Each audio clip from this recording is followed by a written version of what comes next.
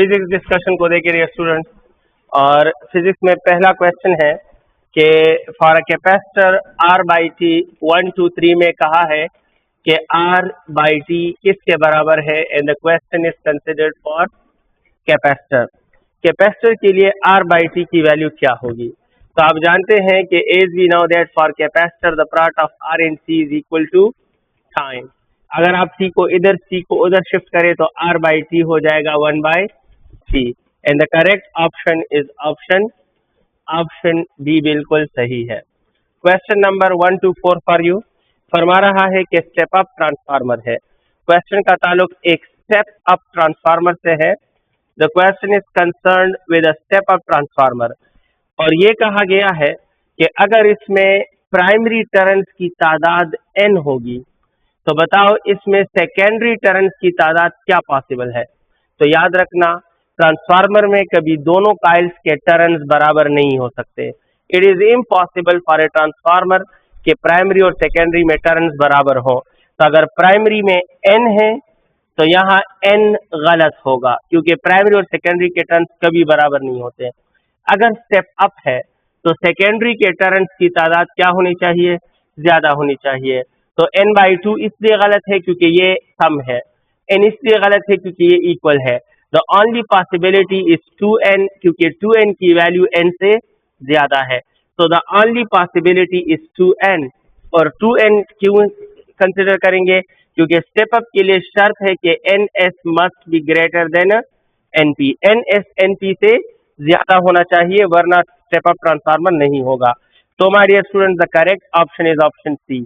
Late me entertain question number 1 to 5 for you. अगर एक conductor है और उस कंडक्टर से एक करंट पास हो रहा है normal to the page, the magnetic field will be. First करो ये पेज है, आपको 125 का आइडिया बता दूं। Let me consider my dear students it is a page. ये एक पेज है। पहले ये बताओ नॉर्मल किस तरफ होगा? अगर ये पेज है तो इस पेज का नॉर्मल किस तरफ होगा? मैं आपसे पूछ सकता हूँ? जी जी थैंक यू, आउटवर्ड होगा ना। ये मार्कर जैसे रख रहा हूँ यही नॉर्मल है। अब ये कह रहे हैं कि आप एक पेज को आप ऑब्जर्वर एक पेज को देख रहे हो, सही है, और उस पेज से करंट बाहर आ रहा है along इट्स नॉर्मल, यानी करंट आउटवर्ड है। तो यहाँ जो मैग्नेटिक फील्ड पैदा होगा वो आपके लिए कैसा होगा? तो आपने अपना दायां हाथ इस तरह रखना है कि थंब करंट को शो करे। तो देखो current is along normal and normal is outward, तो your thumb must be outward. अगर थंब आउटवर्ड है तो देखो मेरी उंगलियां देख रहे हो, मेरी उंगलियां आपके लिए इस तरह टर्न कर रही हैं and such direction is anti clockwise. समझ आ गई है? यानी ऑब्जर्वर एक पेज को देख रहा है और उस पेज के नॉर्मल पर करंट बाहर आ रहा है। तो ऑब्जर्वर अगर अपना राइट हैंड में थंब करंट के हवाले करेगा तो मैग्नेटिक फील्ड किस तरफ बनेगा? शाबाश, anti clockwise. The correct option of the question is anti clockwise. Correct option option B है।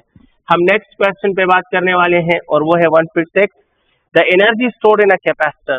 आपको क्वेश्चन नंबर 1 to 6 में कैपेसिटेंस दिया है। The capacitance of capacitor is 10 farad. While कह रहे हैं एनर्जी स्टोर जो है वो 1000 है। आप बताएं कि potential difference among the plates कितना होगा? तो ऐसा इक्वेशन यूज करें जिसमें पोटेंशियल भी हो, एनर्जी भी हो, कैपेसिटेंस भी हो। और आपको पता है कि energy is equal to half C V square, जानते हो ना। तो ये है 1000, ये है 1/2, ये है 10 और ये है वी स्क्वेयर। ये एक जीरो को कैंसिल कर देगा तो इधर आ जाएगा। तो 100 मल्टीप्लाई बाय 2 विल बी 200, लेकिन इट इज वी स्क्वेयर। अगर क्वेश्चन होता कि what is the square of potential तो 200 ठीक था, लेकिन पोटेंशियल मांगा है तो you have to take the root on both hand side. तबन कल का हवा था। अगर मैं कहूँ कि we have to find the potential, so my dear student we have to take the root on both side. और अगर आप पोटेंशियल का रूट लोगे तो इसका रूट आता है 14.01। क्या ऑप्शन है इसमें? नहीं है। तो करेक्ट ऑप्शन क्या होगा? शाबाश, नॉन है और करेक्ट ऑप्शन हमारे पास है डी है। Okay dear students 127 for you. फरमा रहा है कि charge on plate is capacitor become 100% increased. ये कैपेसिटर के प्लेट्स हैं, खाली प्लेट्स हैं कैपेसिटर के या जो भी हैं। इस पर सर्च करो और कीजिएगा प्लीज। फरमा रहे हैं कि इनिशियल चार्ज इस पर क्यू है, इन दोनों प्लेट्स पर चार्ज क्यू है, ठीक है। अचानक आपने क्या किया, इस वक्त कैपेसिटेंस C था, अचानक आपने इस चार्ज को 100% इंक्रीज कर दिया, कैपेसिटर के प्लेट पर चार्ज 100% आपने बढ़ा दिया, क्या हो गया? आप कहें सर 100% इंक्रीज मीन कि क्या हो जाएगा? डबल हो जाएगा। तो आपसे कह रहे हैं कि बताओ ऐसा करने के बाद जो कैपेसिटेंस है, मैं क्वेश्चन पढ़ लूं, old potential will be the charge on plates of capacitor increase 100%, the new potential versus old potential। अच्छा, आपसे कह रहे हैं कि इधर पोटेंशियल जो था वो V था, इधर पोटेंशियल अननोन होगा। अब इन ओल्ड और न्यू पोटेंशियल का रेशो क्या होगा? V by V dash. तो आप जानते हैं कि कैपेसिटर में Q is equal to CV होता है या नहीं? इसका मतलब है C तो कैपेसिटर का क्या होता है? C कैपेसिटर के लिए कांस्टेंट, तो Q और V के दरमियान कौन सा रिलेशन है? और डायरेक्ट रिलेशन मीन कि अगर आपने चार्ज डबल कर दिया तो आपका पोटेंशियल भी क्या हो जाएगा? अगर ये डबल हुआ तो ओल्ड पोटेंशियल V है, न्यू पोटेंशियल डबल हो जाएगा तो इट विल बिकम 2V, क्योंकि ओल्ड चार्ज Q है, न्यू चार्ज डबल हो गया तो ओल्ड पोटेंशियल V से डबल हो जाएगा, और V cancel, it mean the ratio is 1:2। क्या इसमें है? करेक्ट ऑप्शन है इसमें। The charge on plates of capacitor increase 100%, the new potential versus old potential. Correct option क्या होगा? करेक्ट ऑप्शन आपके लिए है ऑप्शन बी का सुपर। समझ गए हो ना जी? मिनट फिर से देख लेता हूँ। अगर रेशियो न्यू टू है तो 2:1 हो जाएगा। The charge on plates is this one, the new, हाँ न्यू वर्सेस ओल्ड है, तो न्यू वर्सेस ओल्ड लेने तो बाय डियर स्टूडेंट ये 2 भी हो जाएगा, ये भी हो जाएगा। The answer is 2:1। कौन सा ऑप्शन ठीक है था बच्चे? सी ऑप्शन ठीक है, आप सही फरमा रहे। अच्छा, question number 128 for you. 128, the plane of coil carrying current is parallel to magnetic field, the torque will be. इस क्वेश्चन को आप गौर से देखिएगा। ये हमारे पास है एक magnetic field, let me consider it is a magnetic field, and my dear students, इस मैग्नेटिक फील्ड में मैं आपके लिए एक कॉइल रख रहा हूं। Let me place a rectangular coil in the magnetic field. तो आपको पता है कि कॉइल हमेशा 2 एंगल बनाता है मैग्नेटिक फील्ड के साथ। कॉइल हमेशा 2 एंगल बनाता है मैग्नेटिक फील्ड के साथ। कौन से 2 एंगल बनाता है? तो एक इस कॉइल का प्लेन होता है और एक इस कॉइल का नॉर्मल होता है। मैग्नेटिक फील्ड के साथ प्लेन और नॉर्मल के 2 एंगल बनते हैं। याद रख के जहां प्लेन का angle, first plane angle is always denoted by phi और normal angle is always denoted by theta. यानी इस वक्त अगर आप देखें, मैं शेड कर रहा हूं, आप प्लीज साथ दें। ये इस कॉइल का क्या है जिसे मैं शेड कर रहा हूं? ये क्या है सब बच्चे? ये प्लेन है, और आप देख रहे हो कि ये प्लेन इस मैग्नेटिक फील्ड के साथ क्या है? मैग्नेटिक फील्ड और प्लेन क्या है? पैरेलल है। तो यहाँ प्लेन का एंगल क्या है? 0। लेकिन इस कॉइल का नॉर्मल आउटवर्ड होगा या नहीं होगा? अगर नॉर्मल बाहर है तो मैग्नेटिक फील्ड के साथ इसका एंगल क्या बन रहा है? तो देखो, एक ही कॉइल में कितने एंगल छुपे हैं? 2। प्लेन का अलग एंगल है और नॉर्मल का अलग एंगल है। अब जब भी आपने टॉर्क का डिसीजन करना हो तो टॉर्क के 2 इक्वेशन आपने याद रखने हैं।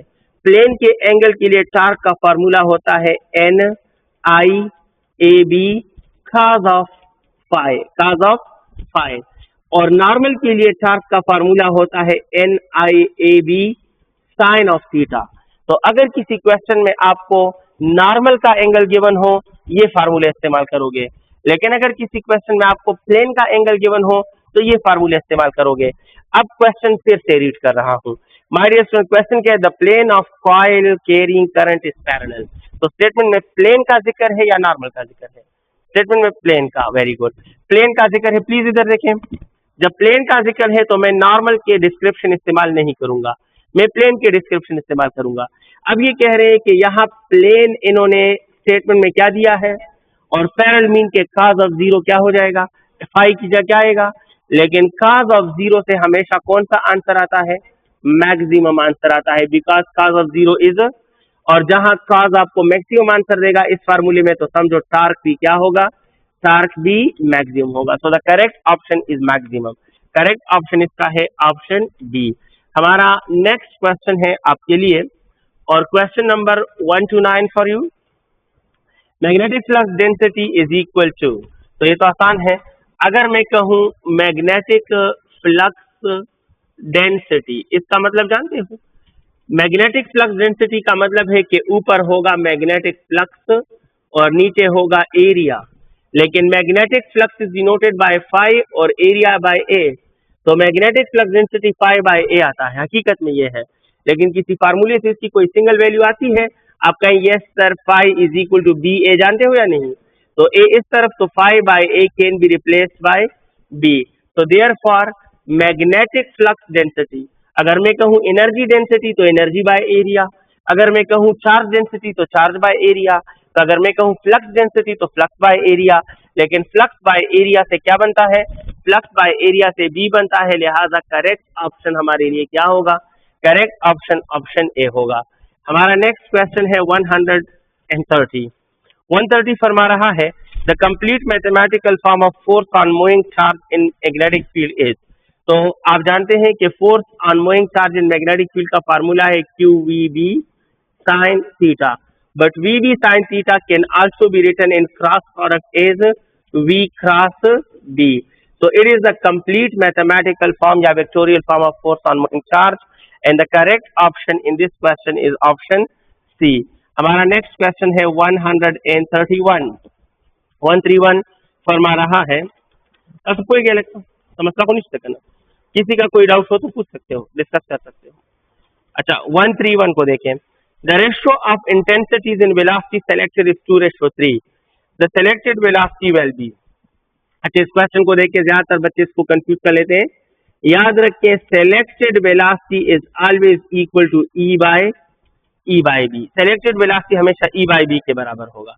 अब आपके साथ एक दो का एक खेल खेला गया है, इन्होंने कहा है कि रेशो, प्लीज इधर देखें, रेशो ऑफ इंटेंसिटीज, ऐसा कहा है या नहीं? क्या इन्होंने कहा है the ratio of electric and magnetic intensities? नहीं। क्या इन्होंने कहा the ratio of magnetic and electric? नहीं। रेशो ऑफ इंटेंसिटीज ओपन कहा। तो गौर से देखिए प्लीज, अगर रेशो ऑफ इंटेंसिटी है तो ये ई बाई बी भी हो सकती है और ये बी बाई ई भी हो सकती है, क्योंकि स्टेटमेंट में सिर्फ रेशो ऑफ इंटेंसिटी है, ratio of electric and magnetic intensity नहीं है, ratio of magnetic and electric नहीं है, रेशो ऑफ इंटेंसिटी है। तो ये भी पॉसिबल है, ये भी पॉसिबल है। अगर हम ई बाई बी से जाएंगे, प्लीज साथ दें, ई बाई बी को ये 2/3 लेंगे, जैसा कि इन्होंने गिवन दिया है 2/3। तो माय डियर स्टूडेंट्स 2/3 से क्या आता है? Do you no 0.66। तो फिर सेलेक्टेड वेलोसिटी क्या हो जाएगी? 0.66 मीटर पर सेकेंड। लेकिन अगर रेशो ऑफ इंटेंसिटी को मैं बी बाई ई कंसिडर करूं, तो बी बाई ई को अगर मैं 2/3 लिखूंगा, लेकिन सेलेक्टेड वेलोसिटी के लिए तो मुझे ई बाई बी लेना है, फिर मुझे इसको उल्टा करना होगा। अगर मैं इसको उल्टा करूंगा तो ई बाई बी बन जाएगा, लेकिन ये 3/2 बन जाएगा, और 3/2 से फिर क्या बनता है?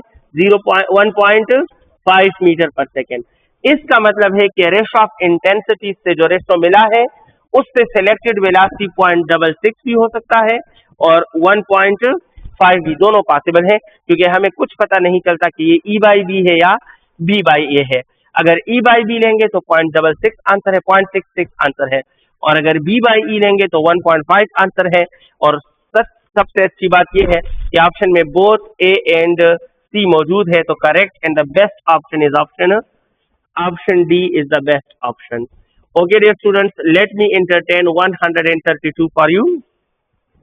132 फरमा रहा है कि the a bulb of resistance 10 ohm operated by 10 volt, the power consume, तो पावर होता है V²/R, ये है 10 स्क्वायर और बाय 10, तो एक 10 के साथ cancel, and the power consumed will be 10 watts आता है स्टैंडर्ड यूनिट से, तो स्टैंडर्ड में होगा, and the correct option is A. 133 on the board. 133 फरमाता है the charge on toner, photocopier में एक ब्लैक पाउडर इस्तेमाल होता है टोनर, और उस टोनर पर हमेशा कौन सा चार्ज होता है? नेगेटिव चार्ज होता है टोनर पर, and the correct option is option B. ये सीरीज जब हमने स्टार्ट किया था तो हमने बाकायदा अनाउंस किया था, बताया था कि जनाब इस सीरीज में हम मेजॉरिटी एमसीक्यू सिलेबस के लेंगे, लेकिन सिलेबस से आउट भी हम कुछ क्वेश्चन शामिल करेंगे, क्योंकि इस सीरीज के स्टार्ट में पता नहीं था कि सिलेबस होगा या कंप्लीट कोर्स होगा। तो हमने इस सीरीज में हर टेस्ट में 10, 12, 5, 6, 7, 8 एमसीक्यूज सिलेबस से बाहर रखे हैं, तो ये उस सीरीज का लास्ट टेस्ट था। अब इसके बाद इंशाल्लाह जो भी टेस्ट होगा वो 100% अकॉर्डिंग टू द सिलेबस होगा, बिकॉज अब आपका सिलेबस कंफर्म हो चुका है। 133 का ऑप्शन बी ठीक है। 134 the speed of moving neutron become double, the de Broglie wavelength will become। तो आप जानते हैं कि de Broglie का जो wavelength है वो है h डिवाइड बाय mv। ये de Broglie wavelength का फार्मूला है और ये फार्मूला बता रहा है कि h और m तो पार्टिकल के लिए कांस्टेंट है, प्लैंक कांस्टेंट भी कांस्टेंट है, मास भी कांस्टेंट है, लिहाजा स्पीड और de Broglie wavelength का इनवर्स रिलेशन है। अगर न्यूट्रॉन का स्पीड डबल हो गया तो समझ जाना कि उसका de Broglie wavelength क्या हो जाएगा, हाफ हो जाएगा। And the correct option is come हो जाए 134। हाँ, करेक्ट ऑप्शन में है, इसमें बी है। हमारा नेक्स्ट क्वेश्चन है 135। 135 the product of uncertainty of position and momentum is equal to. तो हाइजेनबर्ग अनसर्टेनिटी प्रिंसिपल है कि uncertainty in position multiply by uncertainty in momentum is equal to Planck constant. ये अनसर्टेनिटी इक्वेशन का basic equation है और इसके बाद फिर एनर्जी और टाइम अनसर्टेनिटी प्रिंसिपल भी डिराइव है। 135 के ऑप्शन सी सही है। 136 for you, 2 turns coil rotating at 2 radian per second, सही है। Magnetic field of 2 Tesla, the peak EMF is 64 volt, what is the area? So my dear students, do you know what is the peak value of EMF in a generator? Peak value इन्होंने दी है 64, लेकिन peak value का अपना एक formula है NWAB, 64 की जगह 64। ये जनरेटर के EMF की peak value है NWAB। आप जानते हो ना n क्या है? जनरेटर के कॉइल में number of turn, omega is the angular speed of generator coil, A is area of the coil, इस तरह का कॉइल होता है जनरेटर में, और B is the applied permanent magnetic field. अब ये फरमा रहे हैं कि आप हमें एरिया बता दो, जबकि इन सब की जो पीक वैल्यू है वो 64 है। हमें नंबर ऑफ टर्न्स भी 2 दिए हैं, एंगुलर वेलोसिटी भी 2 है, एरिया मुझे बताना है, मैग्नेटिक फील्ड भी 2 है और ये 64। 2 2s are 4, 4 2s are 8, 8 इस तरफ जाएगा तो क्या बन जाएगा, 64 divide by 8 is 8 metre square. Hence the correct option in question number 136 is option A. Let me entertain 137 on the board. So भाई, a step up transformer of NS is double of NP।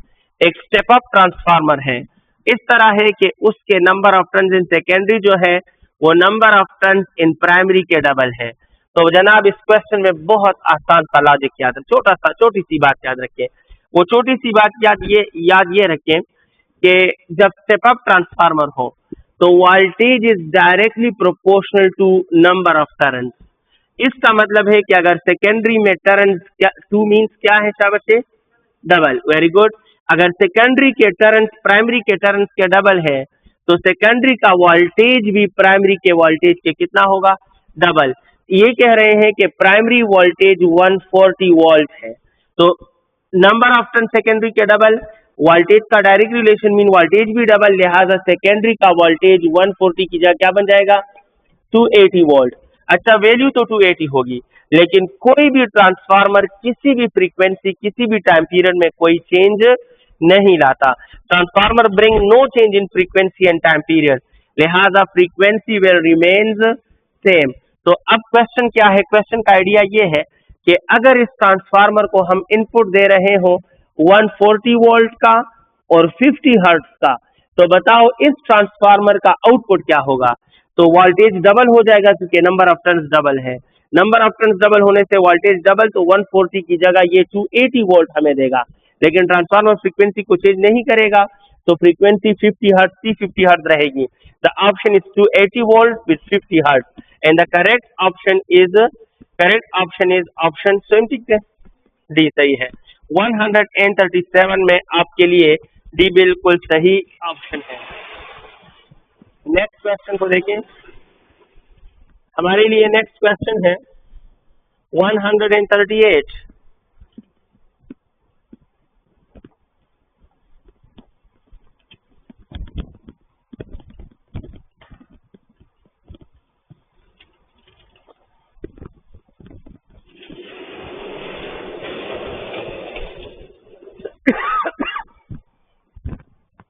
Question number 138 फरमा रहा है, ये कहता है कि 10 ohm, 50 ohm, 100 ohms are available.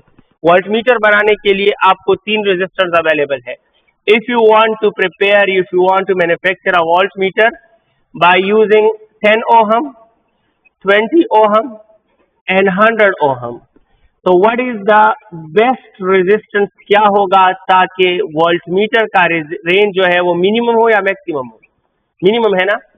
कहते हैं कि कौन सा रेजिस्टेंस यूज करोगे ताकि आपके वोल्टमीटर का रेंज जो है वो मिनिमम हो जाए लो रेंज के लिए। तो my dear students, do you know for voltmeter, उम्मीद है आपने टॉपिक में पढ़ा होगा, वोल्टमीटर का जो रेंज होता है that is directly proportional to the resistance selected.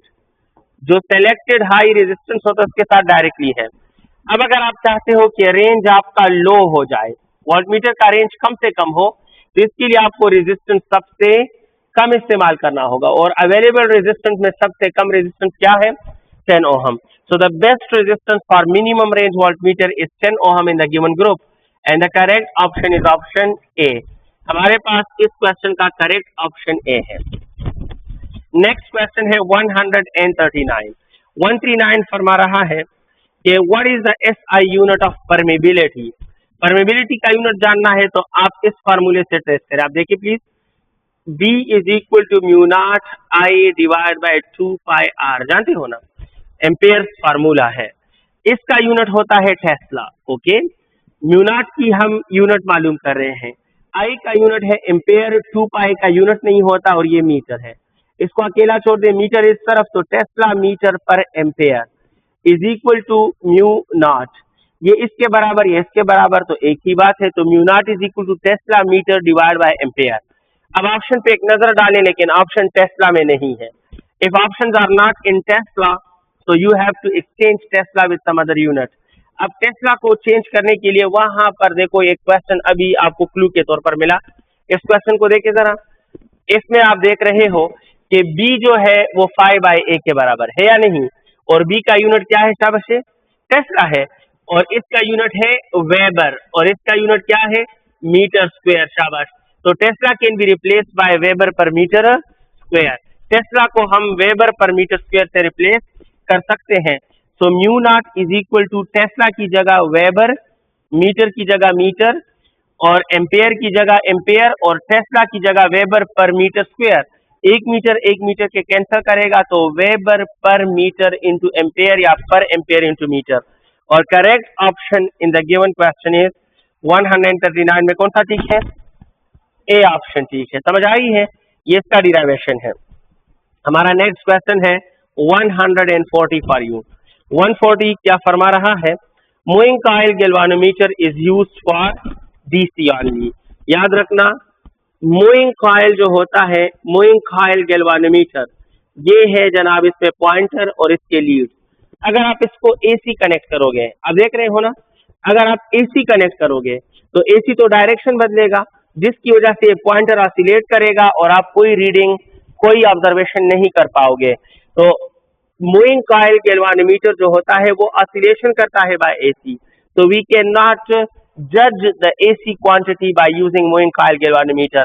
अगर आप इसको डीसी फराहम करोगे, अगर आपने इसको इनपुट डीसी दे दिया तो ये एक साइड पे डिफ्लेक्शन करके रुक जाएगा, और जब ये रुक जाए तो you can make your observation for measuring voltage, for measuring current, for measuring resistance, for measuring temperature, for any type of measurement you want.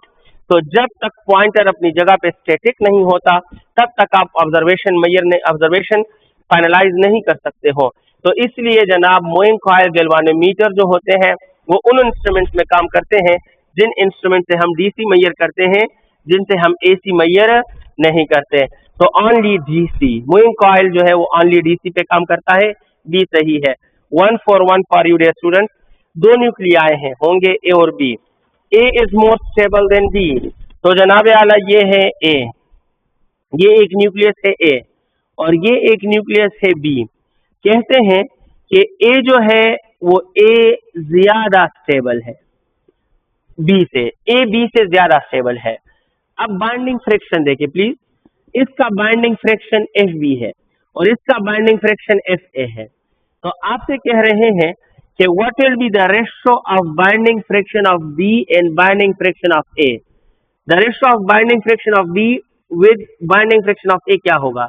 तो उम्मीद है आपको पता होगा कि स्टेबिलिटी और बाइंडिंग फ्रिक्शन दोनों के दरमियान कौन सा रिलेशन है, डायरेक्ट रिलेशन। जिस न्यूक्लियस का बाइंडिंग फ्रिक्शन ज्यादा होता है उसकी स्टेबिलिटी भी ज्यादा होती है। तो बी की स्टेबिलिटी कम है, इट मीन्स कि बी का बाइंडिंग फ्रिक्शन भी कम होगा। ए की स्टेबिलिटी ज्यादा है तो ए का बाइंडिंग फ्रिक्शन भी ज्यादा होगा, और कम बाय ज्यादा is always less than 1। The correct option in this question is less than 1। 141 में ऑप्शन सी हमारे लिए बिल्कुल बेहतर ऑप्शन है। 142 ऑन द बोर्ड। ये फरमा रहा है रेडियोएक्टिव सैंपल, एक रेडियोएक्टिव सैंपल है, ठीक है, decayed 50% in a time interval of T naught, this interval will be equal to. कहते हैं कि 100% रेडियोएक्टिव सैंपल डिके होना शुरू हुआ और ये 50% तक डिके हो गया, जो टाइम लगा वो टी नॉट है। बताओ what will be the value of T not. तो हमारे स्टूडेंट्स, जब 50% डिके हो जाए तो दैट इंटरवल इज कॉल्ड, इसे क्या बोलते हैं, हाफ लाइफ। लिहाजा मैं ऑप्शन लिखूंगा T naught is equal to half life. लेकिन हाफ लाइफ का एक फार्मूला है और वो फार्मूला है natural log of 2 divide by decay constant. तो बेशक ये हाफ लाइफ है, लेकिन half life can also be written as natural log of 2 divide by decay constant, where decay constant represents the nature of radioactive sample, because for different radioactive elements decay constant is different. That's why it represents the nature. And the correct option of the question 142 is natural log of 2 divided by lambda, and option C ठीक है। 143 on the board of discussion।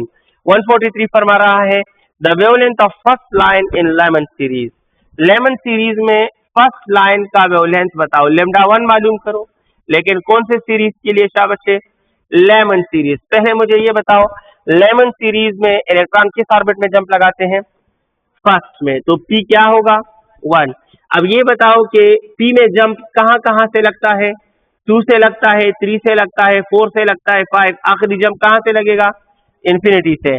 गौर करें please, अगर ये कहे lemon wavelength तो P की जगह 1 लिखना लाजमी है। अगर ये कहते लास्ट वेवलेंथ तो हम एन की जगह क्या लेते, इंफिनिटी।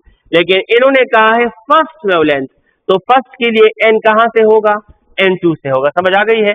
अगर ये कहे लेमन का फर्स्ट वेवलेंथ तो पी तो 1 है, N2 हो जाएगा।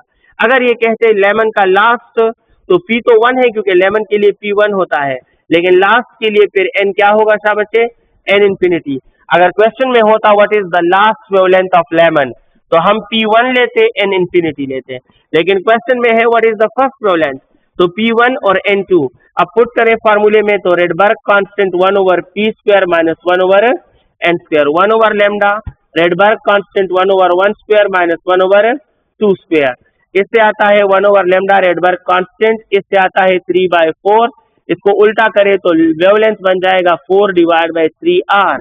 इसमें ऑप्शन नहीं है मेरे ख्याल में, एंड द करेक्ट ऑप्शन 143 में क्या होना चाहिए, नन ऑफ दीज। तो करेक्ट ऑप्शन है डी, कोई भी वैल्यू सूट नहीं कर रही। 144 for you on the board. 144 फरमा रहा है the ratio of energies obtain from 1 AMU and this one. देखो ये एक पार्टिकल है प्लीज, और इस पार्टिकल का मास है 1 AMU। ये एक और पार्टिकल है, इसका मास है 1.6 इंटू 10⁻⁻27 किलोग्राम। ये एनर्जी में कन्वर्ट हुआ और एनर्जी E1 आ गई, और ये भी एनर्जी में कन्वर्ट हुआ, एनर्जी E2 आ गई। ये दोनों पार्टिकल एनर्जी में कन्वर्ट हुए, एनर्जी आ गई। बताओ इन दोनों एनर्जीज का रेशो क्या होगा, what will be the ratio of the energies obtained. तो क्या लॉजिक है, क्वेश्चन का क्या लॉजिक है, शाबाश, कल कर सकते हो, इजी है, मुश्किल नहीं है। लॉजिक समझ रहे हो इस क्वेश्चन का, सेम बहुत आसान लॉजिक है। 1 AMU और 1.6 - 27 kg क्या है, सेम होते हैं, क्योंकि 1 AMU की वैल्यू है 1.6 10⁻⁻, और जब सेम मासेस एनर्जी में कन्वर्ट हो जाए तो एनर्जी भी, और एनर्जी सेम होती है तो रेशो 1:1 होगा। तो the correct option is option A, option A ठीक है। 145 डियर स्टूडेंट, 145 फरमा रहा है elasticity of a material represents. याद रखिए इलास्टिसिटी दो बातों का कॉम्बिनेशन है, इलास्टिसिटी अपोजिशन टूवर्ड्स डिफॉर्मेशन है, as well as regain of its state है। तो इलास्टिसिटी दो बातों का कंबाइंड फॉर्म है। तो ऑप्शन ए में opposing deforming force first part of elasticity, regaining state second part of elasticity. तो इलास्टिसिटी के लिए बेस्ट ऑप्शन ऑप्शन सी है, क्योंकि इन दोनों के कॉम्बिनेशन को ही इलास्टिसिटी बोलते हैं। 146 फॉर यू डियर स्टूडेंट। 146 फरमा रहा है इलेक्ट्रॉन माइक्रोस्कोप किस चीज को सपोर्ट करता है, जानते हो? इलेक्ट्रॉन माइक्रोस्कोप किस चीज को सपोर्ट करता है? ए बी सी में से कौन सा ठीक है? अच्छा देख ले please, option A, option B, option C. मैं जुमला लिखूंगा, मैं ऑप्शन बोलूंगा, इधर उसका मतलब लिखूंगा। प्लीज देखें, ऑप्शन ए में है, तो मैं क्वेश्चन 146, ऑप्शन ए में है प्लांक क्वांटम थ्योरी। गौर करें प्लीज, प्लांक क्वांटम थ्योरी का बेसिक आइडिया है, गौर करें प्लीज, कि लाइट में पार्टिकल्स है, लाइट में पार्टिकल्स है। प्लीज इधर देख लेना तो आपके लिए आसान हो जाएगा। प्लांक क्वांटम थ्योरी मींस के लाइट में पार्टिकल है। क्या इलेक्ट्रॉन माइक्रोस्कोप लाइट के पार्टिकल पर काम करता है? लाइट के पार्टिकल पर काम करता है? इलेक्ट्रॉन माइक्रोस्कोप लाइट पर काम ही नहीं करता, इलेक्ट्रॉन माइक्रोस्कोप में लाइट होता ही नहीं है। दैट्स व्हाई ऑप्शन ए क्या हो गया?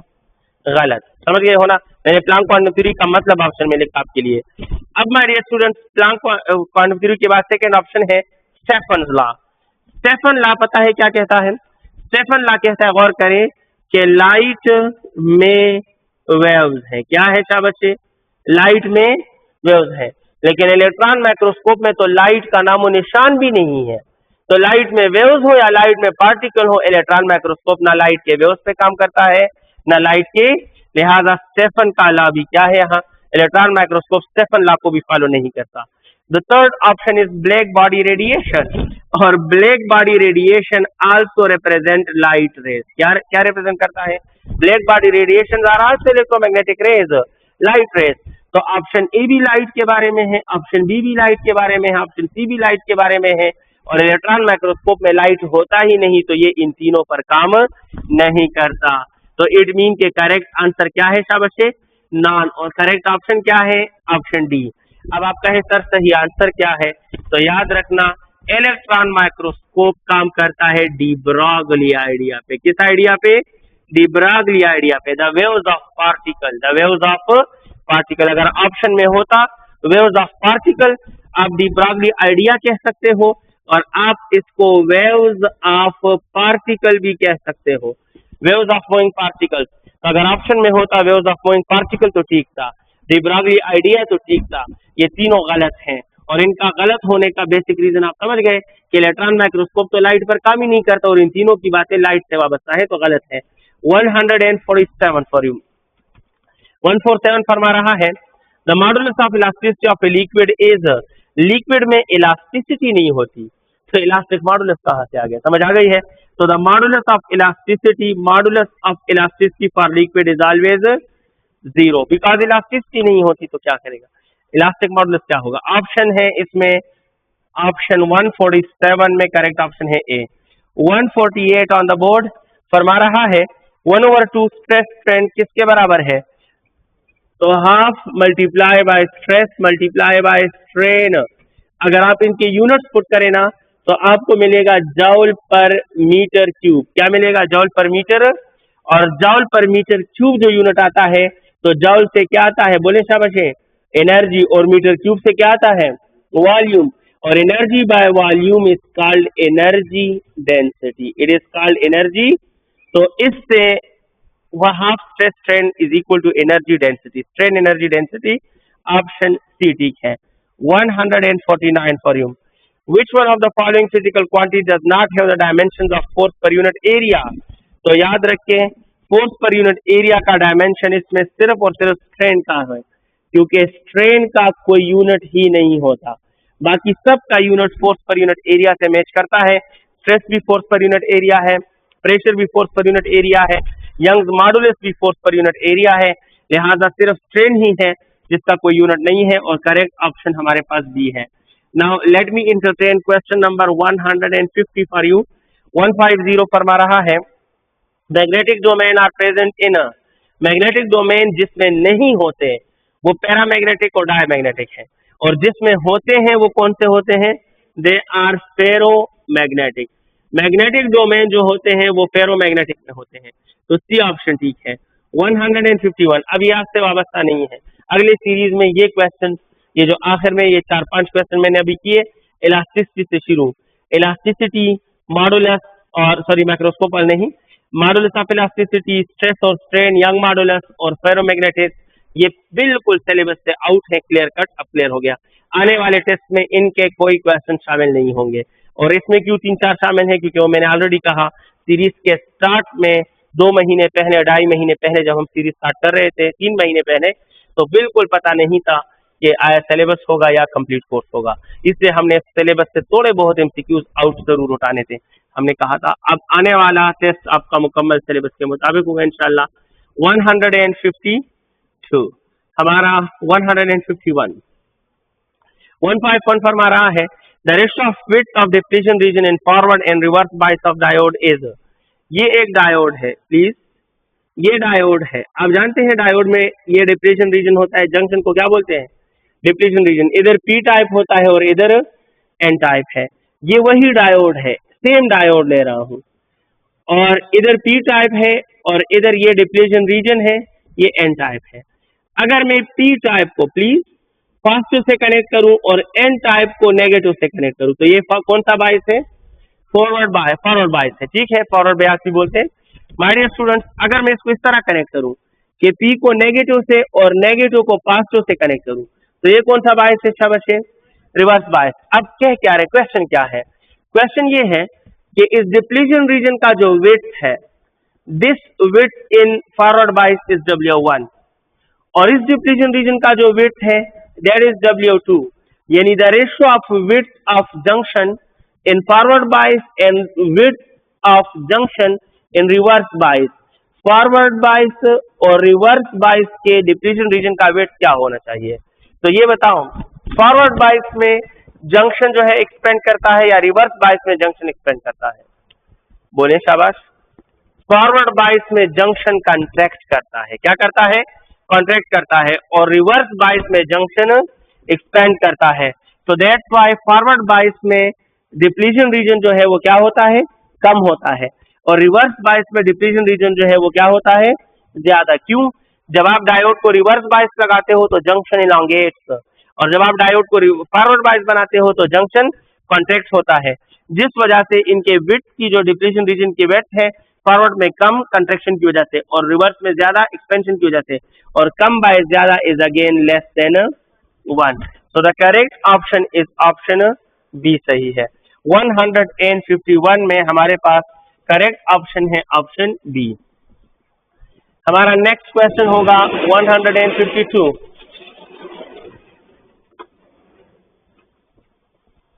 Next question is 152।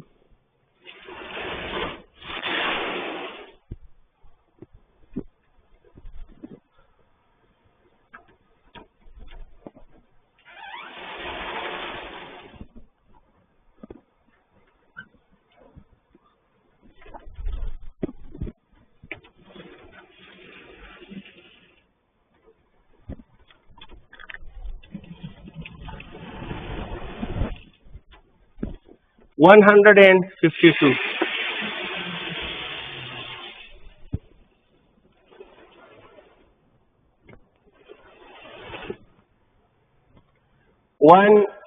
को देख लीजिएगा, ये क्या कह रहा है, कंसिडर न्यूज ऑन पेज, सही है, न्यूज ऑन पेज ले लेते हैं। ये पूरा व्हाइट बोर्ड एक पेज है, ये लो पेज 152 में पेज का जिक्र है, मैंने ले लिया। अब ये कह रहे न्यूज ले लें, तो न्यूज भी आप जानते हैं, जानते हो ना, ये नॉर्थ, ये साउथ, ये ईस्ट और ये वेस्ट। अब जो कहेंगे अप्लाई करूंगा। फरमा क्या रहे हैं, फरमा रहे हैं कि current in the conductor is northward, यानी अगर इस तरफ नॉर्थ की तरफ करंट फ्लो कर रहा है, अगर current in conductor is toward north, सही है। आगे क्या फरमा रहे हैं, मैग्नेटिक फील्ड इज ईस्टवर्ड, और यहां से ईस्ट की तरफ ये मैग्नेटिक फील्ड है, तो बताओ कि कंडक्टर पर जो फोर्स लगेगा किस तरफ होगा। कितना आसान है, देखो राइट हैंड रूल, ये वाला फिंगर करंट के हवाले, mid finger of right hand magnetic field के हवाले, तो करंट नॉर्थ की तरफ, मिड फिंगर ईस्ट की तरफ, तो हम किस तरफ आ रहा है, इनवर्स आ रहा है या नहीं, तो जो फोर्स होगा my dear student, the force will be into the page, into the, ये पेज के अंदर होना चाहिए। ये फोर्स ना वेस्ट की तरफ है, ना साउथ की तरफ है, ना नॉर्थ की तरफ है, ना ईस्ट की तरफ है। तो करेक्ट ऑप्शन देख लें once again, none of these. 152 east गलत है, वेस्ट गलत है, साउथ गलत है। करेक्ट आंसर क्या होगा? नॉन होगा, और नॉन मीन ऑप्शन डी ठीक है, क्योंकि ऑप्शन में क्या तलाश करेंगे? Into the page. क्या तलाश करोगे शाबाश? इंच राइट हैंड रूल याद दें, अपना दाएं हाथ इस तरह पकड़े, ये वाला फोर फिंगर करंट का, ये मिड फिंगर मैग्नेटिक फील्ड का, थंब फोर्स का। तो देखो करंट नॉर्थ की तरफ, मिड फिंगर ईस्ट की तरफ, और थंब इनवर्ड आ रहा है। Thumb is not west, not neither west not south, वगैरह वगैरह वगैरह। तो करेक्ट आंसर क्या होगा? इनटू द पेज, और ऑप्शन क्या है? डी है। 153 फॉर यू। सब आई कह रहे हैं कि एक R1 भी R के बराबर है, R2 भी R के बराबर है। अगर हम इनको पैरेलल में कनेक्ट करेंगे तो नेट रेजिस्टेंस क्या होगा? तो मेरे ख्याल में आप ऑलरेडी कर चुके होंगे, कर सकते हैं। पैरेलल में नेट होता है 1/R, 1/R net, 1/R plus 1/R। तो ये 1/R डैश ले लेता हूं, तो ये 2/R हो जाएगा। R डैश के लिए इसको उल्टा कर दें तो R dash is equal to R/2, and R/2 is 0.5R, और करेक्ट ऑप्शन इसमें मौजूद है, ऑप्शन सी है। हमारा नेक्स्ट क्वेश्चन है 154 फॉर यू। 154 है एल्यूमिनियम कंडक्टर से। जरा गौर से देखें, ये क्या कह रहे हैं? Aluminium conductor. जब इन्होंने एल्यूमिनियम कह दिया तो नेचर तो फिक्स हो गया, और जहां नेचर फिक्स हो जाए, देखो गौर करें प्लीज, जहां नेचर फिक्स हो जाए तो वहां रेजिस्टिविटी क्या हो जाती है? रेजिस्टिविटी सेम हो जाएगी। रेजिस्टेंस तब सेम होगा जब एरिया भी सेम, लेंथ भी सेम, जब बाकी सारी चीजें भी सेम तो रेजिस्टेंस सेम। लेकिन जब बाकी चीजों में फर्क हो तो रेजिस्टेंस सेम नहीं होगा, क्योंकि रेजिस्टेंस एरिया पे डिपेंड करता है, रेजिस्टिविटी एरिया पे डिपेंड। इन्होंने कहा कि दो कंडक्टर्स हैं, दोनों एल्यूमिनियम से बने हैं। जब दोनों एल्यूमिनियम से बने हैं तो दोनों का नेचर सेम, जब दोनों का नेचर सेम तो दोनों की रेजिस्टिविटी सेम। अब दोनों के एरिया में फर्क है, लिहाजा रेजिस्टेंस सेम, क्योंकि रेजिस्टेंस एरिया पे डिपेंड करता है, रेजिस्टिविटी एरिया पे डिपेंड। सेम रेजिस्टेंस क्यों गलत है? क्योंकि एरिया में फर्क है। सेम कंडक्टेंस क्यों गलत है? क्योंकि एरिया में फर्क है। सेम रेजिस्टिविटी क्यों ठीक है?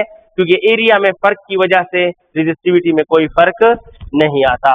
करेक्ट ऑप्शन है रेजिस्टिविटी सेम, और करेक्ट ऑप्शन बी है या सी है। 155 for you. An alpha particle is accelerated through a potential difference of 10⁶ volts. What is the kinetic energy? तो my dear students, kinetic energy का फार्मूला होता है charge multiply by voltage. Charge इन्होंने कहा है अल्फा पार्टिकल है। कौन सा पार्टिकल है? Alpha particle. और वोल्टेज है 10⁶ वोल्ट। कैलकुलेशन देखें, अल्फा पार्टिकल का चार्ज होता है 2 इलेक्ट्रॉन के बराबर। अल्फा पार्टिकल 2 इलेक्ट्रॉन के बराबर, और 10⁶ को अहले फिजिक्स मेगा बोलते हैं। वोल्ट की जगह वोल्ट, अब 2 की जगह 2, इलेक्ट्रॉन की जगह दुनिया लिखती है 1.6 10⁻⁻19 कूलम, और मेगा और वोल्ट। अब एक कंबाइन कीजिएगा, 2 की जगह 2, 2 की जगह 2, और हमारे पास आंसर आएगा 1.6 मेगा इलेक्ट्रॉन वोल्ट है। ना पुट करो इसको, इसको पुट ना करो तो ज्यादा बेहतर होगा। तो ऐसे ही है, ऑप्शन में लिखा है 2 की जगह 2, डायरेक्ट ऑप्शन लिखो, 2 की जगह 2, मेगा पहले लिख दो और ई और वी मिलाकर इलेक्ट्रॉन वोल्ट बना दो। इन्होंने चूंकि यहाँ ऑप्शन स्टॉप किया है, that's why mega 2 mega electron volt ठीक है। करेक्ट ऑप्शन क्या है शाबाश? बी। आपने सीखा हम ई की जगह वैल्यू पुट करके इसे मेगा इलेक्ट्रॉन वोल्ट से जॉल्स में भी लेके जा सकते हैं। हम जॉल में भी लेके, अगर ई की वैल्यू पुट करोगे आपको जॉल्स में आंसर मिलेगा, और अगर ई की वैल्यू पुट नहीं करोगे तो इलेक्ट्रॉन वोल्ट में आंसर मिलेगा। ऑप्शन इलेक्ट्रॉन वोल्ट में है, इसलिए मैंने पुट नहीं किया।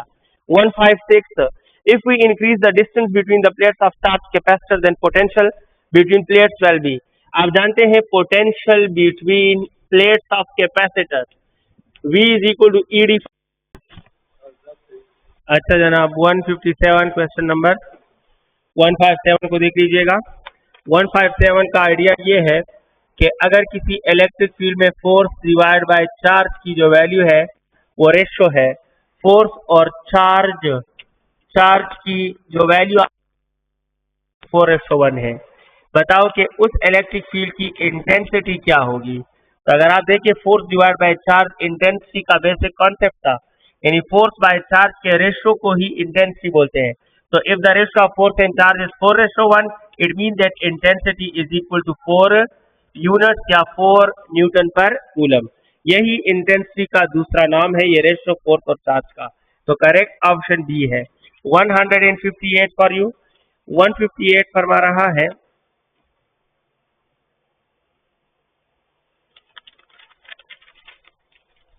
158 है, the minimum charge on any body can not be less than. तो और करें प्लीज, अक्सर 1 इलेक्ट्रॉन 1 प्रोटॉन 1 इलेक्ट्रॉन लोग लेते हैं, लेकिन ये कहते हैं कि मिनिमम चार्ज जिससे कम पॉसिबल ना हो, वो क्या है? इनमें से कौन सा ऑप्शन वो वैल्यू है कि उससे कम पॉसिबल नहीं होता? तो कौन सी वैल्यू है? शाबाश, 0 इलेक्ट्रॉन। कितना इलेक्ट्रॉन? 0 इलेक्ट्रॉन। अब 0 इलेक्ट्रॉन वो मिनिमम वैल्यू ऑफ चार्ज है जिससे कम चार्ज पॉसिबल नहीं। क्यों 1 इलेक्ट्रॉन क्यों नहीं है? देखो जो ऑप्शन गलत है, क्यों गलत है वो रीजन बता रहा हूं। 1 इलेक्ट्रॉन क्यों गलत है? क्योंकि पहले जब चार्ज क्वांटाइज था तो कम से कम चार्ज ऑन बॉडी 1 इलेक्ट्रॉन हो सकता था, लेकिन अब चार्ज क्वांटाइज्ड नहीं रहा। अब आप जानते हैं कि डाउन क्वार्क एक ऐसा पार्टिकल है जिस पर -1/3 इलेक्ट्रॉन का चार्ज मौजूद है, जिस पर -1/3। तो देखो 1/3 की वैल्यू 1 से कम है, तो 1 इलेक्ट्रॉन से कम चार्ज अवेलेबल है। डाउन क्वार्क पर 1/3 इलेक्ट्रॉन का चार्ज है, तो 1 इलेक्ट्रॉन तो कम नहीं हुआ, उससे कम अवेलेबल है। सिमिलरली 1 प्रोटॉन भी मिनिमम चार्ज नहीं है, इससे भी कम पॉसिबल है, क्योंकि ये 1 इलेक्ट्रॉन का चार्ज 1 प्रोटॉन के चार्ज से काफी कम है। अब 0 इलेक्ट्रॉन क्यों ले रहा हूं? क्योंकि अक्सर बच्चे कह देते हैं कि सर 0 से भी तो कम पॉसिबल है, क्योंकि यही डाउन का चार्ज -1/3 इलेक्ट्रॉन है। तो माइनस का चार्ज के वैल्यू से ताल्लुक नहीं है, ये माइनस यहाँ चार्ज का सिर्फ और सिर्फ क्या शो करता है? नेचर। नेगेटिव चार्ज का मतलब ये नहीं है कि चार्ज 0 से कम है। नेगेटिव चार्ज का मतलब है कि इसका नेचर अपोजिट है, इसका नेचर पॉजिटिव चार्ज के नेचर के अपोजिट है। तो 0 इलेक्ट्रॉन से कम चार्ज पॉसिबल नहीं है, क्योंकि -1/3 में ये माइनस वैल्यू के साथ नहीं, ये चार्ज के नेचर को रिप्रेजेंट करता है। और 1/3 0 से ज्यादा है लेकिन 1 से कम है। तो the minimum value of charge जिससे पॉसिबल वैल्यू मिनिमम ना हो, that is 0 electron. The correct option in question number 158 is B है। 0 इलेक्ट्रॉन से आप चार्ज कम नहीं ले सकते हो। सादा सादा बातें हैं कि 0 इलेक्ट्रॉन से कम चार्ज पॉसिबल। अब जो बच्चे कहते हैं कि सर -1/3 तो 0 से कम है, तो वो गलती कर रहे हैं, क्योंकि माइनस को वैल्यू में नहीं बल्कि चार्ज के नेचर में काउंट करते हैं, और 1/3 0 से ज्यादा है। 159 हमारा नेक्स्ट क्वेश्चन है। दो बॉडीज हैं 2 kg और 3 kg, दोनों पर सेम चार्ज है, सेम डिस्टेंस है, सोर्स चार्ज से। बताओ कि उनके फोर्सेस के बारे में क्या जानते हो। यहाँ एक सोर्स चार्ज पड़ा है, इधर सोर्स चार्ज है, सही। यहाँ 2 kg की बॉडी है और यहाँ 3 kg की बॉडी है। इन दोनों का सोर्स चार्ज से जो डिस्टेंस है वो डिस्टेंस बिल्कुल सेम है। इस 2 kg की बॉडी पर जो चार्ज है और 3 kg की बॉडी पर जो चार्ज है वो चार्ज भी क्या है? वो चार्ज भी सेम है। तो सोर्स चार्ज इस पर फोर्स F1 लगा रहा है और ये सोर्स चार्ज इस पर फोर्स F2 लगा रहा है। तो F1 और F2 के बारे में कौन सा रिलेशन ठीक है? तो आप कहें सर मासेस में डिफरेंस से सोर्स चार्ज के फोर्स में कोई डिफरेंस। सोर्स चार्ज जो फोर्स लगाता है वो कोलम्बिक फोर्स है, और कोलम्बिक फोर्स में K Q1 Q2/r² है मास का जिक्र, लिहाजा एक का पार्टिकल का मास कम है, एक का ज्यादा है। इससे कोलम्बिक या सोर्स चार्ज के फोर्स पर कोई असर, जब तक चार्ज Q2 जब तक सेम रहेगा, जब तक मीडियम सेम रहेगा, जब तक डिस्टेंस सेम रहेगा, जब तक सोर्स चार्ज सेम रहेगा, तब तक फोर्स क्या रहेगा? सेम रहेगा। तो सोर्स चार्ज भी सेम, दोनों चार्ज भी सेम, दोनों का डिस्टेंस भी सेम, लिहाजा F2 and the correct option is option A. Option ए हमारे पास करेक्ट ऑप्शन है। 160 डियर स्टूडेंट्स, उम्मीद है आप समझ गए हैं। 160 the ratio of forces between two spheres with same charges and distances in air and in medium. Of dielectric constant K। ये एक स्फीयर है, ये एक स्फीयर है, इनके दरमियान एयर है तो फोर्स इन एयर, ये भी चार्ज स्फीयर है, ये भी चार्ज स्फीयर है, फिर ये वही स्फीयर है, और अब इनके दरमियान कोई मीडियम है तो that is force in medium. Same sphere, same charge, सब कुछ सेम। कहते हैं कि इन दोनों फोर्सेस का रेशियो क्या होगा, F air divide by F medium. And my dear students, F air by F medium, अगर मीडियम पहले हो तो फिर अलग आंसर होगा। मैं एक बार रीड कर लेता हूं। The ratio of force between two spheres with same charge and in air. हाँ, एयर वाले ऊपर है। याद रखिए, एयर का फोर्स ऊपर हो तो it is equal to dielectric constant. किसके बराबर है, dielectric constant. The ratio of force in air and ratio of force in any medium is always equal to dielectric constant. और यहाँ कहा कि डाई इलेक्ट्रिक कांस्टेंट क्या है, के है, तो द रेशियो इज के ratio 1 and the correct option is के रेशियो 1, ऑप्शन सी ठीक है। अगर ये मीडियम वर्सेस एयर देते तो 1 रेशियो के होता, लेकिन के रेशियो 1 है क्योंकि एयर वर्सेस मीडियम है। करेक्ट ऑप्शन हमारे पास क्या है शाबाश, करेक्ट ऑप्शन है ऑप्शन सी। नेक्स्ट क्वेश्चन है 161 फॉर यू। देयर इज जी सी है ना, बी क्यों होगा, क्योंकि पहले एयर है। आसान है, इधर देखो प्लीज, आसान जजमेंट बताता हूँ आपको। एयर में फोर्स ज्यादा होता है या मीडियम में फोर्स ज्यादा होता है, जल्दी बताओ शाबाश। एयर में फोर्स, और एयर में फोर्स ज्यादा है, मीडियम में कम है, तो आंसर आना चाहिए ग्रेटर देन, क्या आना चाहिए, और 1/k इज लेस देन 1, और k/1 इज, समझ आ गई है, ग्रेटर देन 1। समझ गए हो ना, अभी भी नहीं समझे हो? ये बताओ कोलम्ब, ये डाई इलेक्ट्रिक कांस्टेंट K की वैल्यू, ये रिलेटिव परमिटिविटी है, और आपने रिलेटिव परमिटिविटी के बारे में पढ़ा है कि it's value is always greater than, याद है? तो डाई इलेक्ट्रिक कांस्टेंट का सिर्फ क्वेश्चन में सिंबल चेंज हुआ, हकीकत में तो रिलेटिव परमिटिविटी है, और ये ग्रेटर देन 1 है। अब आप खुद फरमा रही हैं कि ऊपर एयर का फोर्स है, नीचे मीडियम का फोर्स है। एयर का फोर्स ज्यादा होता है और मीडियम में फोर्स, और ज्यादा बाय कम से आंसर क्या आना चाहिए, आंसर आना चाहिए ग्रेटर देन। अब अगर आप ग्रेटर देन 1 लोगे तो डाई इलेक्ट्रिक कांस्टेंट ही लोगे, यानी ऊपर डाई इलेक्ट्रिक कांस्टेंट ही होना चाहिए, क्योंकि यही ग्रेटर देन 1 है। और अगर आप 1/डाई इलेक्ट्रिक कांस्टेंट लोगे तो फिर ये तो ग्रेटर देन 1 है, ऊपर 1 है, तो आंसर हो जाएगा लेस देन। समझ आ गई है, मैच नहीं करता। The actual answer is greater than 1। Greater than 1 है तो k/1 होगा, 1/k गलत है। करेक्ट ऑप्शन ऑप्शन सी है।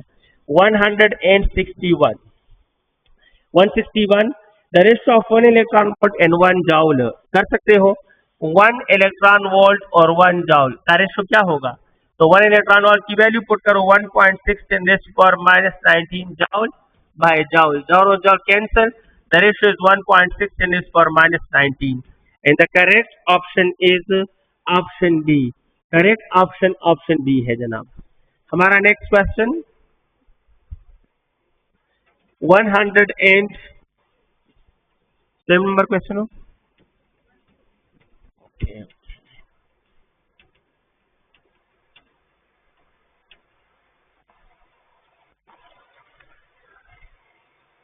162. Let me explain 162, dear student. If current through a wire of 2 meter is 1 ampere, the charge passing through it in 1 hour.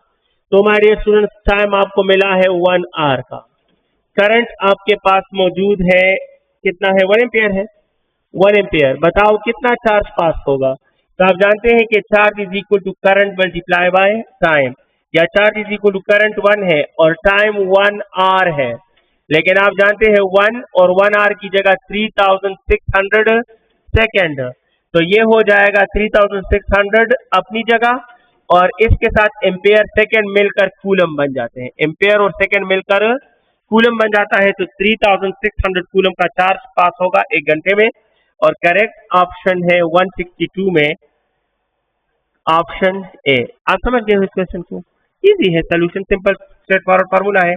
163 for you. 163 फरमा रहा है the electric flux will be maximum angle between E and plane is. अब आपको बता दूं कि electric flux है तो इसके भी 2 फार्मूले हैं। कौन से फार्मूले हैं, 2 फार्मूले हैं। इलेक्ट्रिक फ्लक्स का एक फार्मूला होता है E A cos of theta, और दूसरा फार्मूला होता है E A sine of alpha. ये दोनों फार्मूले इलेक्ट्रिक फ्लक्स के हैं। याद रख लो, ये फार्मूला इस्तेमाल करोगे जब आपको एंगल दिया हो किस चीज का, नॉर्मल का। अगर नॉर्मल का एंगल हो तो ये वाला इक्वेशन यूज करोगे, और ये फार्मूला फ्लक्स के लिए इस्तेमाल करोगे अगर आपको किसका एंगल दिया हो। If you get the angle of plane you have to use this equation for electric flux. If you get an angle of normal आपको ये इक्वेशन यूज करना होगा। अब क्वेश्चन को एक नजर देख लें।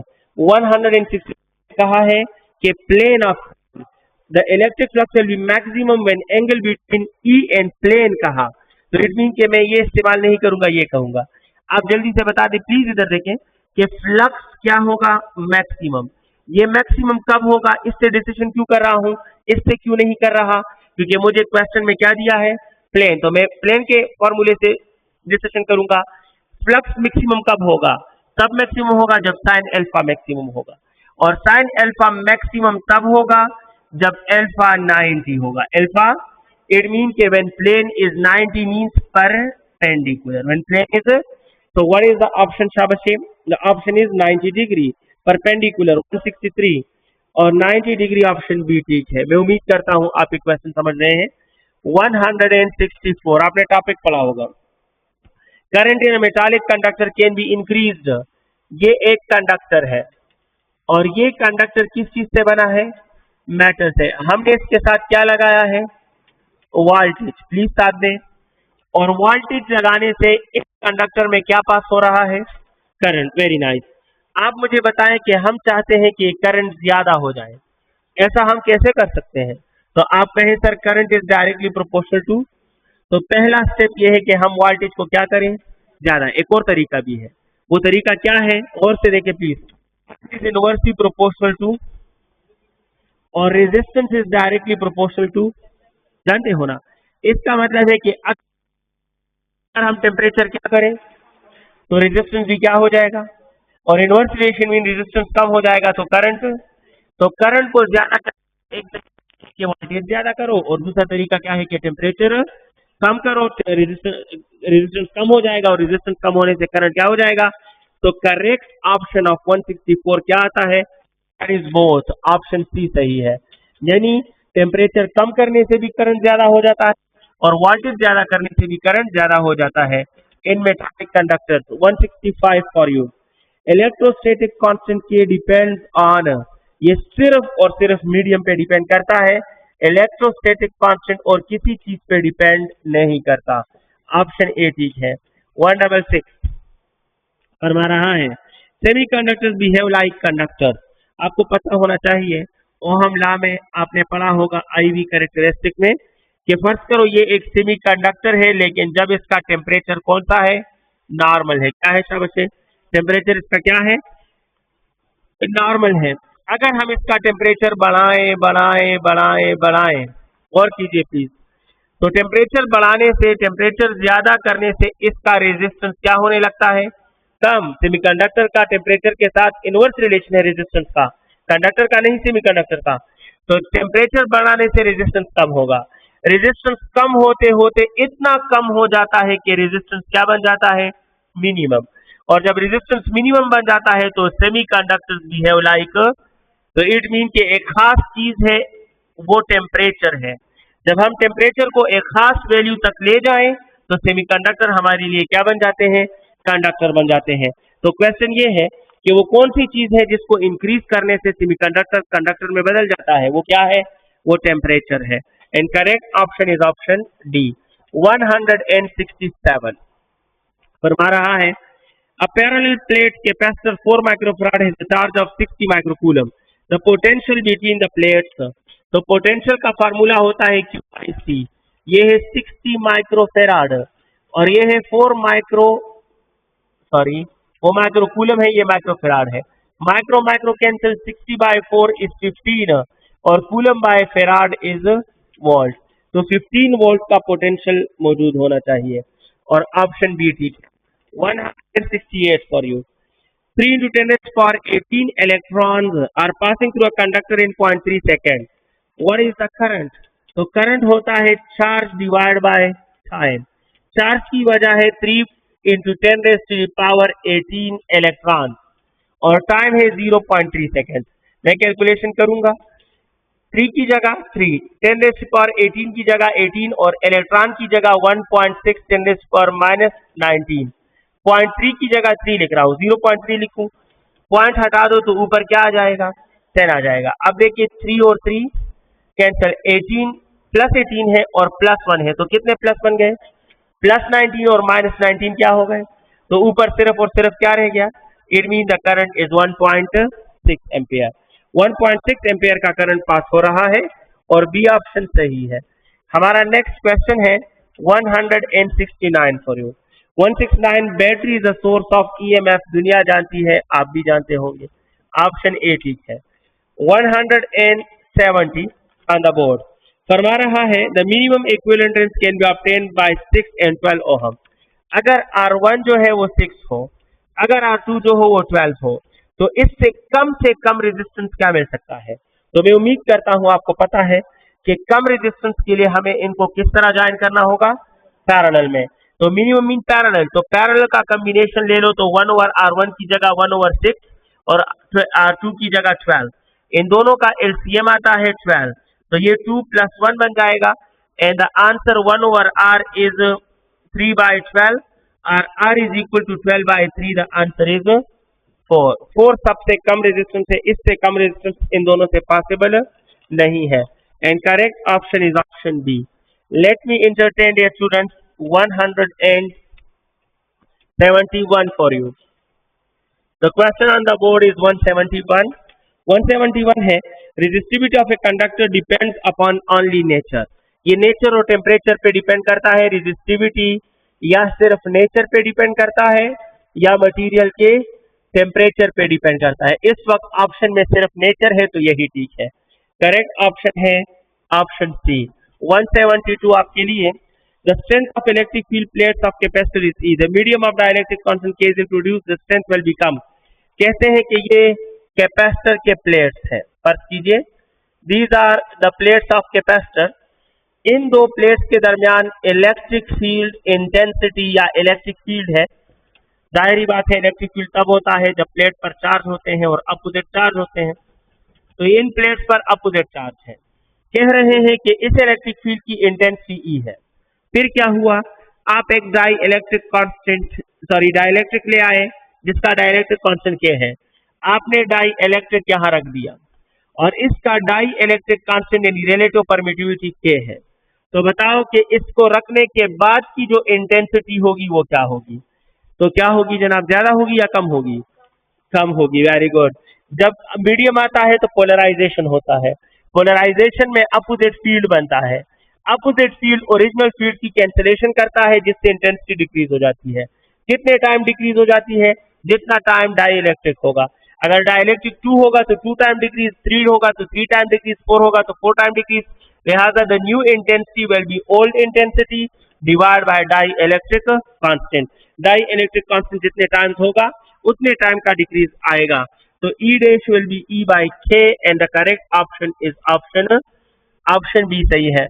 173 for you. At zero deflection of Wheatstone bridge. Wheatstone bridge आपके सिलेबस में नहीं है, याद रखना। अब व्हीटस्टोन ब्रिज पढ़ने की आपको कोई जरूरत नहीं है। ये व्हीटस्टोन ब्रिज है, मैं आपके लिए व्हीटस्टोन ब्रिज ड्रा कर रहा हूं। इस क्वेश्चन के लिए क्या करें, कह रहे हैं आपको इतना पता होना चाहिए कि यहाँ जो रेजिस्टेंस है वो कौन सा है, वेरिएबल, और यहाँ जो रेजिस्टेंस है ये कौन सा है, ये अननोन होते। व्हीटस्टोन ब्रिज में ये R1 फिक्स्ड, ये R2 fixed, these two are the fixed resistance, ये वेरिएबल और ये अननोन। कहते हैं कि व्हीटस्टोन ब्रिज के गैल्वेनोमीटर का डिफ्लेक्शन क्या है, 0। याद रखना, 0 डिफ्लेक्शन पर जो करंट वेरिएबल से गुजरेगा वही करंट इससे गुजरेगा। क्यों, सबूत ये है कि इधर डिफ्लेक्शन क्या है और 0 डिफ्लेक्शन मीन कि यहां से जो करंट आया इस तरफ उसका जाना क्या है, बंद है। इस तरफ जाना तसो ने खबर कहो रोजे हम तेरे से इधर से करंट आ रहा है, अगर इधर डिफ्लेक्शन 0 है इट मीन कि यहाँ करंट नहीं जा रहा, तो 10 एम्पियर आ रहा है। अगर 10 एम्पियर से इधर कुछ नहीं जा रहा तो जाहिर है सारे का सारा इधर से गुजरेगा, तो जो इधर होगा वही इधर होगा।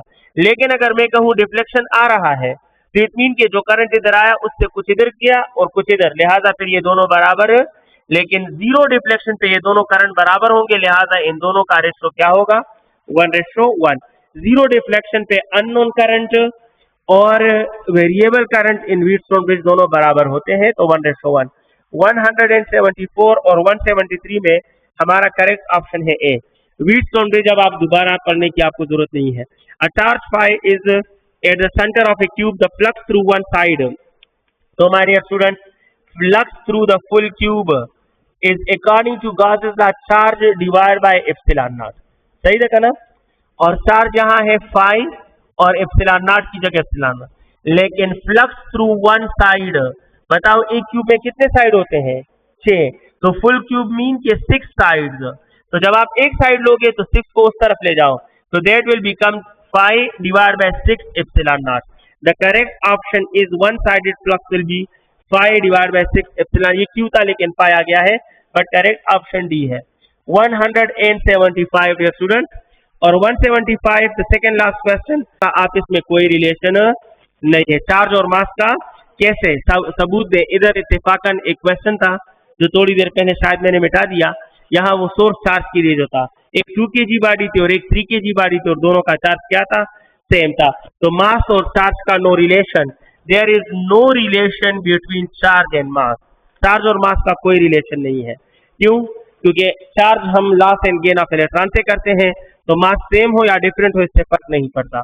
176 the last question, the resistance used in ammeter must be, ammeter भी सिलेबस में नहीं है, याद रखें, एमीटर, वोल्टमीटर, ओहममीटर, मल्टीमीटर, ये चीजें आप ना पढ़ें, इससे कोई फर्क नहीं पड़ता, लेकिन एमीटर में जो रेजिस्टेंस इस्तेमाल होता है शंट रेजिस्टेंस होता है, शंट रेजिस्टेंस मीन के स्मॉलर है, and the correct option B. Thank you very much students, coming series में इंशाल्लाह हम सिर्फ सिलेबस के एमसीक्यूज में आमने सामने होंगे।